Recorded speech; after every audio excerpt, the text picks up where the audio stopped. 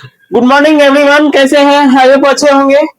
आज आप लोगों को इतिहास का एक अति महत्वपूर्ण टॉपिक, इससे पहले जो हम चंपारण के थे और सहयोग पढ़े थे, उसके बाद उसके बाद हम क्या था और राष्ट्रवाद के बारे में पढ़े थे। इन सारे टॉपिक के इतिहास का जो क्लास 10th है, ये अति महत्वपूर्ण टॉपिक है।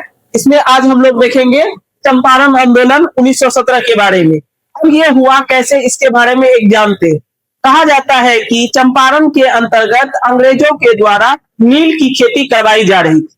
और नील की खेती करवाए जाने के कारण वहां के जो किसान थे बहुत त्रस्त थे। क्यों त्रस्त थे? इसीलिए त्रस्त थे कि नील का जो पौधा होता था वह बहुत जमीन की गहराई तक जाता था, जिससे वहां की उर्वरा शक्ति को खत्म कर देता था। इसके अलावे अंग्रेजों के द्वारा जो कहा जाता था कि 1 बीघा में 3 कट्ठा आपको नील की खेती करनी पड़ेगी, तो इन सभी कारणों के कारण वहां के जो किसान त्रस्त थे। अब इसी के लिए के एक तो पृष्ठभूमि तैयार होती है कि वहां के एक चंपारण के अंतर्गत एक भेलवा कोठी का एक नेता होता है, किसान नेता, जिसका नाम होता है राजकुमार शुक्ल। अब वो राजकुमार शुक्ल ने किसान की ऐसी स्थिति को देखकर अंग्रेजों के विरुद्ध जो नील की खेती करवाए जाते हैं उसके विरुद्ध उन्होंने आंदोलन करने के लिए शुरुआत किया कि आप लोग नील की खेती को नहीं कीजिए। तो उन्होंने पूरे चंपारण कर देगा, सभी को किसानों को एकाग्र करने लगे। इसी एकता को देखते हुए वहां के जो एक मैनेजर थे जिसका नाम मिस्टर एवन था, उसने मिस्टर एवन ने क्या किया, उसको गिरफ्तार कर लिया राजकुमार शुक्ल को, और गिरफ्तार करने के बाद उसे 18 दिन तक जेल में रखा। अब चंपारण के बाद 18 दिन से जेल में रहने के कारण से राजकुमार शुक्ल ने कहा कि हम अपने पक्ष के लोगों को एक करने के लिए, हम किसानों के लिए हाथ में लाया गया, मैं हम निर्दोष है, क्यों हमें पता। उसने कहा कि हम जब जेल से निकलेंगे तो हम इसके खिलाफ विद्रोह करेंगे, आंदोलन करेंगे। अब ये बात उसको लग गया। अब वो क्या होता है कि कांग्रेस के हर एक वर्ष अधिवेशन होता था, बैठक होता था।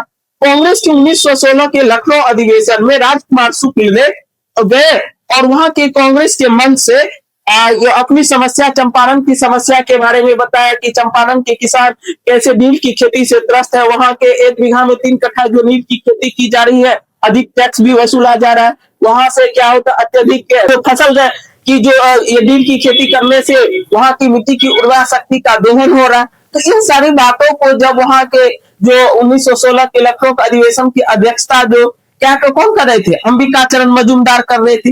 अब उसने गांधी जी को आदेश दिया कि आप चंपारण जाइए और चंपारण जाकर के वहां की किसानों की समस्या के बारे में लिख के लाइए, रिपोर्ट लाइए, जिसे हम अंग्रेजों के सामने प्रस्तुत कर सके और उस समस्या का निदान कर सके।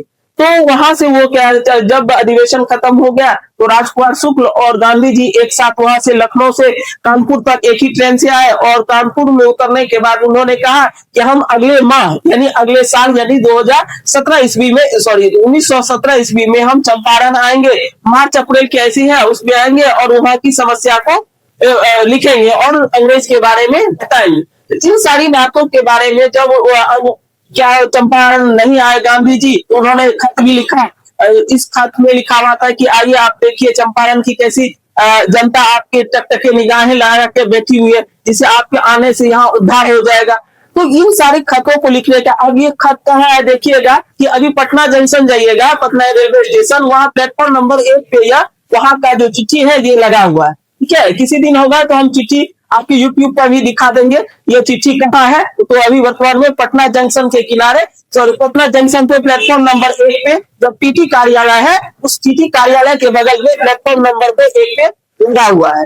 तो इन सारी चल के वहां आए। तो अगले वर्ष 1917 ईस्वी में मार्च अप्रैल में 9 अप्रैल 1917 ईस्वी को वो कलकत्ता से चलते हैं पटना के लिए। 9 अप्रैल को वहां से कलकत्ता से गांधी जी चलते हैं। उसके बाद पटना आए 10 तारीख को, और 10 तारीख को पटना आने के बाद उसके जो दोस्त से जो इंग्लैंड में पढ़ने के दौरान, इसको मजमूल हक कहा जाता था, उसके दोस्त का नाम था, उसके घर पे गए, डॉक्टर राजेंद्र प्रसाद के घर पे गए, और उसके घर पे जाने के बाद वहां से वह मुजफ्फरपुर जाते हैं।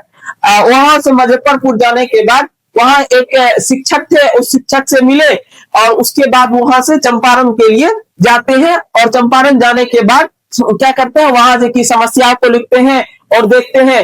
और इसने कहा था कि जब चंपारण जा रहे थे, जब चंपारण पहुंचे तो राजकुमार शुक्ल ने एक साइकिल उठा करके अपने जहां तक हो सकते पूरे गांव में वहां कहा था कि चलिए चलिए एक ऐसे महात्मा आए हैं जिसके दर्शन मात्र से संपूर्ण चंपारण की धरती का उद्धार हो जाएगा।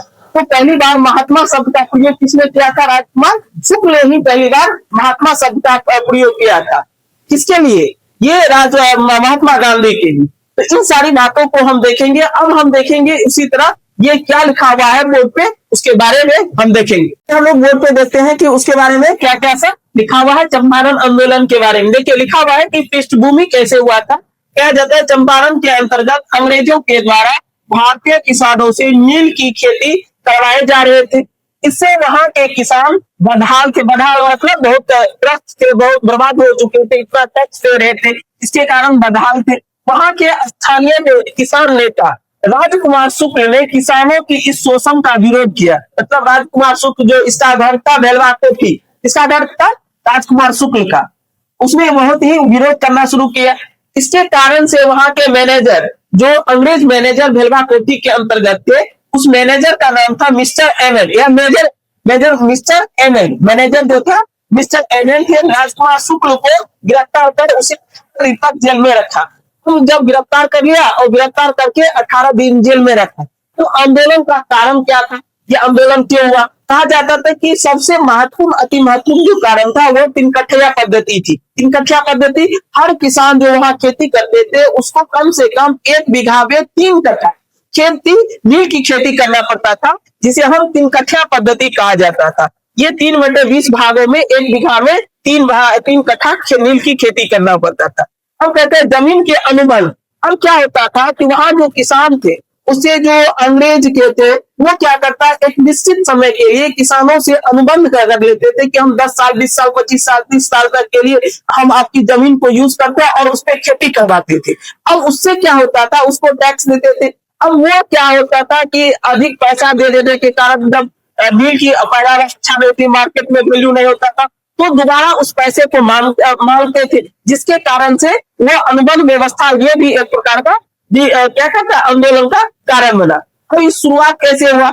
हम देखे थे 1916 के कांग्रेस के लखनऊ अधिवेशन में जो राजकुमार शुक्ल चंपारण की दशा को बताने गया था और बताया। उसके बाद क्या हुआ वहां की दशा? उसके बाद क्या है कि जब रिपोर्ट बनाने के लिए क्या इसमें भिन्न नेता इंक्लूड थे। के प्रमुख नेता कौन कौन से थे जो चंपारण आंदोलन में लगभग, इसके अलावे वो बहुत से नेता थे, लेकिन ये महत्वपूर्ण नेता कौन कौन थे जो चंपारण आंदोलन में भाग लिए थे? इसमें देखिए पहला नाम है कि महात्मा गांधी लिए थे, उसका दूसरा है डॉक्टर राजेंद्र प्रसाद लिए थे, उसके बाद महादेव देसाई लिए थे, ब्रज किशोर प्रसाद सिन्हा लिए थे, नरहरि पारेख लिए थे। अब ये सब प्रमुख नेता जब विरोध करने लगे तब उन्होंने अंग्रेज ने इसके लिए एक कमेटी का गठन किया जिसका नाम था चंपारण एग्रीगेरियन कमेटी का गठन किया। अब ये कमेटी के सिफारिश पे होने के बाद जब गठन हुआ, इस कमेटी ने रिपोर्ट दी। इस समिति की सिफारिश के बाद पर 3 कठिया पद्धति को समाप्त हो गया और वह अवैध वसूली जो किसानों से पैसा लिया जा रहा था उसका 25% लौटाया गया।